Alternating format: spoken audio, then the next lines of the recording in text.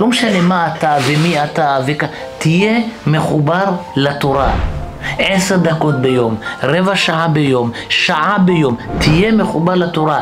אתה יכול להגיע לשיעורים, ברכה. אתה לא יכול להגיע, תעשה לך סדר לימוד בבית. תיקח משהו קליל, חוק לישראל, תקרא משניות, תקרא תהילים, תקרא זוהר, תקרא משהו שיצא מהפה שלך איזה דבר תורה. הפה ליועץ כותב, ואם אתה לא יודע אפילו תגיד, אחות לוטן תמנע, אחות לוטן תמנע. תגיד כל היום, וידבר אדוני אל משה. זה מי לא יודע להגיד בעל פה? וידבר אדוני אל משה, וידבר אדוני אל משה. זהו, תגיד כל היום ככה. הוא אומר תחזור על זה 1000 פעם, זה יחשב לך לימוד תורה.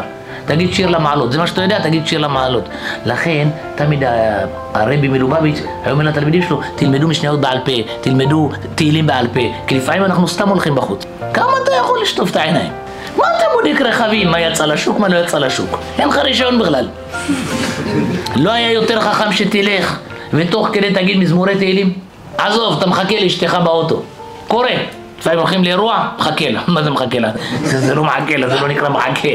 אתה יושב עד שהיא יורדת, נכון? מה אתה עושה בינתיים? עצבים, צפירות. למה להתעצבן? הרי כמה פעמים קורה לנו שאנחנו מחכים לחבר עד שהוא ירד או משהו, נכון? למה לא להגיד דברי תורה בינתיים? למה לא להרהר בדברי תורה בינתיים? אתה מרוויח, רווח נטו שלך, נשמה טובה.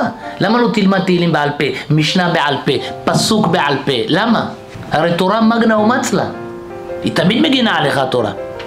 אומרת ההלכה, ברגע שהילד יודע לדבר, מה הבא צריך ללמד אותו להגיד? תורה, ציווה, לנו, משה, מורשת, שיהיה לו גרסא דינקותא, ממתי שהוא קטן. שמע ישראל, אדוני אלוהינו, אדוני אחד. תלמד אותו את הפסוקים שחב"ד מלמדים, שאת זה הוא יזכור. נלמד אותו שמות של שחקנים. אחד מתגאה, הבן שלי יודע את כל השחקנים של מכבי חיפה. לתפארת מדינת ישראל, שידליק משואה. זה הגאווה שלך. תגיד, הבן שלי יודע 10 ספירות, הבן שלי יודע את 12 השבטים. זה תלמד את הילדים שלך. קנה MP, שמע שיעורים. גם שאתה שומע שיעורים, אל תהיה כמו איזה אחד שקופץ מפה, קופץ מפה, קופץ מפה. תעשה סדר. גם שאתה שומע בשיעורים, תעשה סדר. סדר, לא לשמוע מפה שיעור, מפה שיעור, תרב ההוא, זה יצחיק אותך, זה רק לך בדיחה. לא, תעשה סדר של שיעורים, שמע סטים של שיעורים.